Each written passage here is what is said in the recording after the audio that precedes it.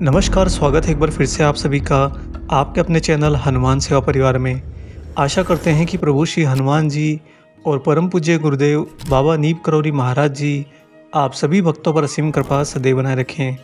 दोस्तों, महाराज जी ने हमारे मानवीय शरीर की बहुत ही सुंदर व्याख्या करी है। बाबा ने इस शरीर को एक मंदिर की भांति बताया है।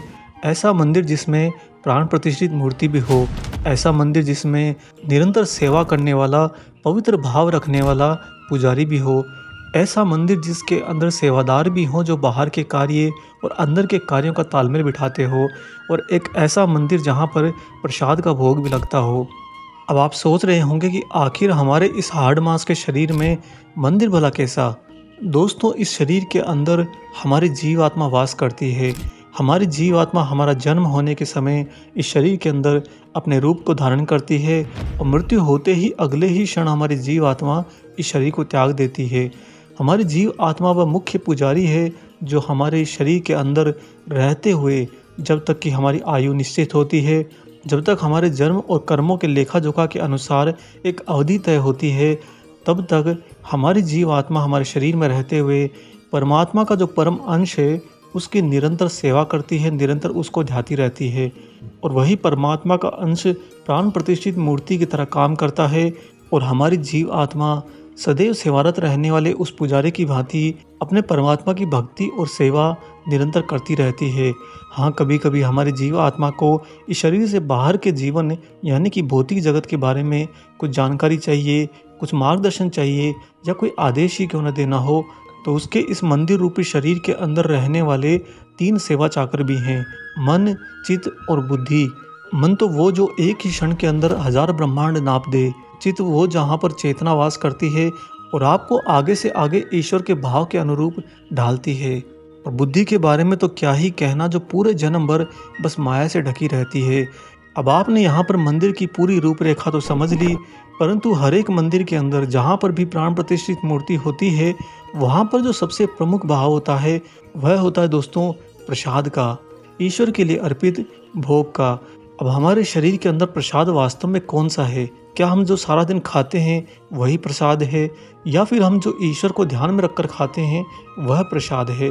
महाराज जी की एक सत्य घटना के अंदर बाबा ने स्वयं ही इस जीव आत्मा के बारे में बहुत कुछ बता दिया, और साथ ही महाराज जी ने अपने ही शब्दों में यह भी कह दिया कि वास्तव में हमारी जीवात्मा जो कि परम आत्मा का अंश है, वह आखिर चाहती क्या है, वह आखिर इस जीवन के अंदर किस प्राप्ति के लिए यहाँ पर रहती है। आइए आपको सुनाते हैं महाराज जी की बहुत ही अलौकिक और दैविक सत्य घटना। दोस्तों, एक बार एक साधु कैंची मंदिर में आया और महाराज जी से झगड़ पड़ा। आते ही बाबा को बोला कि तुम लोगों के लिए वास्तव में कुछ नहीं करते, तुम लोगों को न तो ढंग से खिलाते हो, न किसी की मदद करते हो। जब वो साधु कैंची आश्रम में आया था, उस समय बहुत सारे भक्त महाराज जी के साथ में बाबा के श्री चरणों बैठे थे। पहले उन्होंने सोचा कि कोई आगंतुक महाराज जी के दर्शन हेतु आया है, बाबा के चरण स्पर्श करके और आशीर्वाद लेकर आगे की यात्रा करेगा। लेकिन जो ही इस साधु ने इतने कड़वे वचन सीधे बाबा महाराज जी को कहे, तभी महाराज जी ने प्रत्युत्तर में बहुत ही मधुर वाणी में कहा कि दादा, इसको आश्रम में कुछ दिन रहने के लिए एक कमरा दे दो और साथ में भोजन और कुछ पैसे भी दे दो। महाराज जी ने तो अपना आदेश कह दिया, लेकिन वहाँ पर जो अन्य भक्त बाबा की सेवा में उस समय विद्यमान थे, वे काफ़ी ज़्यादा उत्तेजित हो गए। वे साधु के व्यवहार से इतने उत्तेजित हो गए कि वे उसकी पिटाई करना चाह रहे थे। थोड़ी ही देर में मेल मुलाकात बढ़ाकर वे भक्त किसी बहाने से उस साधु को मंदिर परिसर के किनारे पर ले गए। तखत पर बैठे बाबा को समझते देर न लगी कि उसके साथ क्या अनहोनी होने वाली है। महाराज जी एकदम से तखत से उतरे और तेज तेज कदम चलते हुए उन भक्तों के झुंड के पास पहुँचे। वहाँ पहुँचते ही महाराज जी क्रोधित होकर उन सब पर बरस पड़े। महाराज जी को क्रोधित होता देखकर उन भक्तों ने क्षमा मांगी और उस साधु को भोजन कराया, और जब उस साधु को भरपेट भोजन करा दिया गया तब जाकर वह शांत हुआ। भोजन करने के पश्चात थोड़ा विश्राम करने के बाद में थोड़ी ही देर पश्चात वह साधु आकर महाराज जी के तखत के पास में बैठ गया, जहाँ पर अन्य भक्त भी बाबा की सेवा में बैठे थे। महाराज जी ने वहाँ उपस्थित अन्य भक्तों से कहा कि तुम लोग समझते नहीं कि वह 3 दिन से भूखा है, उसे 3 दिन से वास्तव में कोई भोजन नहीं मिला, इसीलिए जो कुछ उसने किया इसके सिवा आखिर वह कर ही क्या सकता था। दोस्तों, जब महाराज जी ये बात कह रहे थे तो साधु की आंखों से झरझर कर आंसू नीचे गिर रहे थे और अन्य भक्तों को मन में यह ग्लानि हुई कि उन्हें वास्तविक परिस्थिति के बारे में पता नहीं था। थोड़ी देर तक माहौल गमगीन रहा, फिर महाराज जी ने माहौल को हल्का फुल्का कर दिया। तभी एक भक्त ने बाबा से पूछा कि बाबा, आप इतने लोगों को क्यों खिलाते हैं और इतना ज़्यादा क्यों खिलाते हैं? मैं तो 4 चपाती खाकर ही जीवित रह सकता हूँ, फिर भी जो कोई आश्रम में आता है आप उसे बहुत ज़्यादा खिलाते हैं। महाराज एक बालक की तरह हंसे और बोले, भोजन के लिए हमारी आंतरिक तृष्णा रहती है, इसके बारे में हमें पता नहीं रहता। उस समय भी जबकि तुम्हें भूख का एहसास नहीं होता, तुम खा सकते हो। वास्तव में जिस समय तुम कहते हो कि तुम्हारा पेट भरा हुआ है, उस समय अगर तुम्हारे सामने प्रसाद रूपी भोजन आ जाए जो कि बहुत ही प्रेम भाव से बनाया गया हो और प्रेम भाव से तुम्हें खिलाने के लिए परोसा गया हो, तो तुम उस समय भी उस भोजन को खा लोगे। महाराज जी कहते हैं कि सच तो ये है कि तुम्हारे शरीर के अंदर तुम्हारी जीव आत्मा को वास्तव में भोजन की ही तृष्णा रहती है और भोजन वह है जो कि प्रसाद होता है।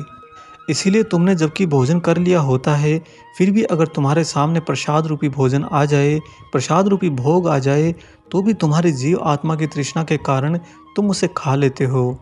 और यह तो पूर्ण रूप से सत्य भी है दोस्तों। अगर आप भरपेट भोजन करके कहीं पर गए हों और आपको किसी ने आगे बढ़कर मंदिर का कोई प्रसाद हाथ पर दिया, तो आप उसे लेकर अगले ही क्षण खा लेते हैं। एक बार भी नहीं सोचते कि मैं तो भरपेट भोजन करके आया हूँ। ऐसा आप इसलिए कर पाते हैं क्योंकि वह जो सामने खाने योग्य पदार्थ होता है, वह वास्तव में आपकी जीव आत्मा के लिए, उसकी तृष्णा के लिए भोग प्रसाद होता है।